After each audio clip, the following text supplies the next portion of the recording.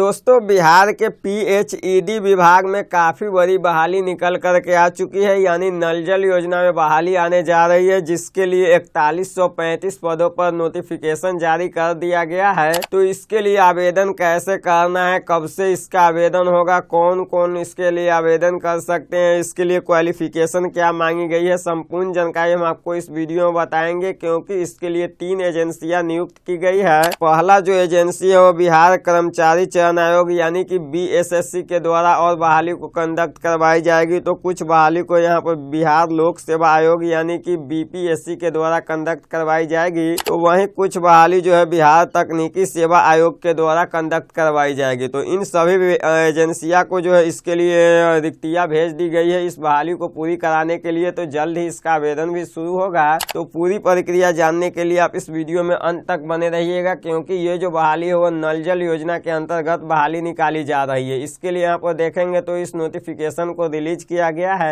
जिसमें बताया गया है राज्य में सभी को शुद्ध पेयजल आपूर्ति के लिए बड़े स्तर पर कवायद। यहाँ पर बताया गया है पीएचईडी में 4135 पदों पर बहाली 3 चयन एजेंसियां पूरी करेंगी प्रक्रिया, यानी कि 3 एजेंसियों के द्वारा इस बहाली प्रक्रिया को पूरी करवाई जाएगी। जिसमें यहाँ पर देखेंगे बताया गया है राज्य में शुद्ध पेयजल की आपूर्ति को बेहतर करने की दिशा में लोक स्वास्थ्य अभियंत्रण विभाग पीएचईडी ने कई स्तर पर पहल शुरू कर दी है। इसी कड़ी में अब विभाग की ओर से विभिन्न पदों पर कुल 4135 भर्ती की जाएगी। पूरी प्रक्रिया 3 एजेंसियों को पूरा करेगी। पदों का विवरण इन 3 एजेंसियों को भेज दिया गया है। शुक्रवार को पीएचईडी मंत्री नीरज कुमार सिंह ने पूरी भर्ती प्रक्रिया की जानकारी दी। कहा कि राज्य भर के लोगों को शुद्ध पेयजल उपलब्ध कराने का संकल्प मुख्यमंत्री नीतीश कुमार ने लिया है। अगले साल के मध्य तक राज्य भर में हर घर नल का जल योजना को पूरा कर दिया जाएगा। 3 दिसंबर को कैबिनेट की बैठक में 821 पदों को सृजित करने पर मुहर लग चुकी है। इसमें पंप ऑपरेटर स्वर्ग में 328 है और कार निरीक्षक यांत्रिक के लिए 493 पद शामिल किए गए हैं। सब मिलाकर के 4135 पदों पर जल्द ही नियुक्ति प्रक्रिया शुरू होगी, यानी कि इस भर्ती प्रक्रिया के लिए जो पद है 4100 पद रखे गए हैं वो सृजित हो चुका है। तो इसके लिए जल्द भी आवेदन शुरू होगा और 3 एजेंसी जो इस भर्ती प्रक्रिया को कंडक्ट करवाएगी उसको जो है इस रिक्तिया के बारे में जानकारी भेज दी गई है। अब दोस्तों यहाँ पर देखेंगे तो किस प्रकार का पद रखे गए हैं उसका जानकारी दिया गया है। तो यहाँ पर जो बिहार कर्मचारी चयन आयोग को भेजी जाने वाली रिक्तिया यानी कि ये सारी बहाली जो है ये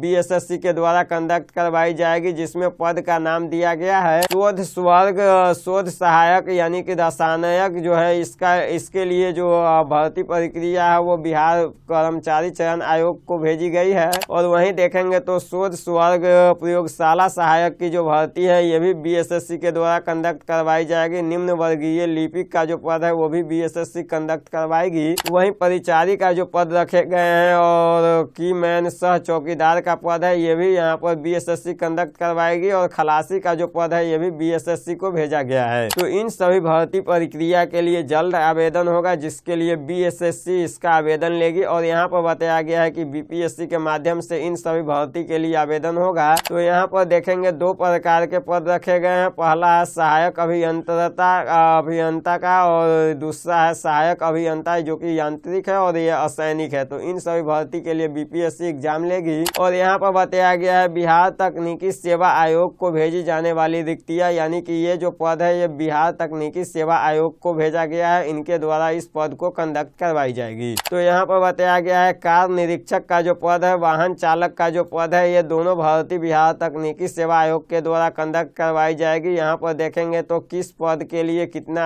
रिक्ति है वो इसका भी जानकारी दिया गया है। तो इसकी भी जानकारी आप यहाँ से प्राप्त कर सकते हैं। जैसे यहाँ पर देखेंगे 69 पद रखे गए हैं, 143 पद रखे गए हैं, 230 पद रखे गए हैं। लिपिक के लिए यहाँ पर चौकीदार का जो है 576 पद है, परिचारी का 371 पद है, खलासी का 689 है। इस प्रकार से यहाँ पर जानकारी दिया गया है। अब दोस्तों यहाँ पर आप बोलेंगे कि इन सभी भर्ती के लिए क्वालिफिकेशन क्या मांगी जाएगी, आवेदन कब से शुरू होगा। तो पहले हम क्वालिफिकेशन की बात कर लेते हैं, उसके बाद हम बात करेंगे कि इसके लिए आवेदन की प्रक्रिया कब से शुरू की जाएगी। तो दोस्तों इधर जो परिचारी, कीमैन, सह चौकीदार और खलासी का जो पद रखे गए हैं इन सभी के लिए आपका 10वीं पास योग्यता होना चाहिए। हालांकि इसके लिए अभी ऑफिशियल नोटिफिकेशन नोटिफिकेशन जब रिलीज होगा उसमें जानकारी दी जाएगी। लेकिन उम्मीद है कि इसके लिए 10th पास कैंडिडेट ही आवेदन कर सकेंगे और यहाँ पर जो पद रखे गए हैं इन सभी पद के लिए 12वीं पास कैंडिडेट आवेदन कर सकते हैं। हो सकता है इसके लिए आपको कुछ एडिशनल क्वालिफिकेशन की भी जरूरत पड़े, तो ये जानकारी जब ऑफिशियल नोटिफिकेशन रिलीज की जाएगी उसमें बताई जाएगी। अब यहाँ पर जो पद रखे गए हैं इसमें आपका ग्रेजुएशन पास कैंडिडेट आवेदन कर सकते हैं। हालांकि अभी इसका ऑफिशियल नोटिफिकेशन जब आएगा तभी पूरी जानकारी मिलेगी। अभी जो